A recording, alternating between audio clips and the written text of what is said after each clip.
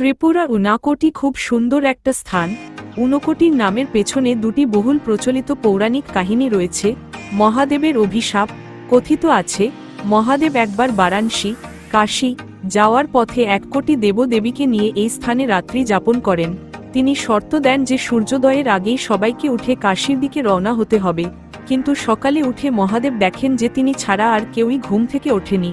তখন রুষ্ট হয়ে মহাদেব বাকি 99,99,999 জন দেবদেবীকে পাথরের মূর্তিতে পরিণত হওয়ার অভিশাপ দেন এবং তিনি একাই কাশীর পথে রওনা দেন। এই 1 কোটির থেকে 1 কম উনকোটি মূর্তি থেকেই এই স্থানের নাম হয় উনকোটি। কালু কামারের গল্প।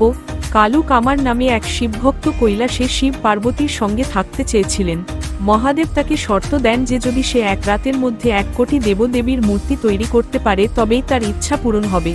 কালু প্রায় 99,99,999টি 99,99,999 মূর্তি তৈরি করতে পারলেও একটি মূর্তি বাকি থাকতেই ঘুমিয়ে পড়ে।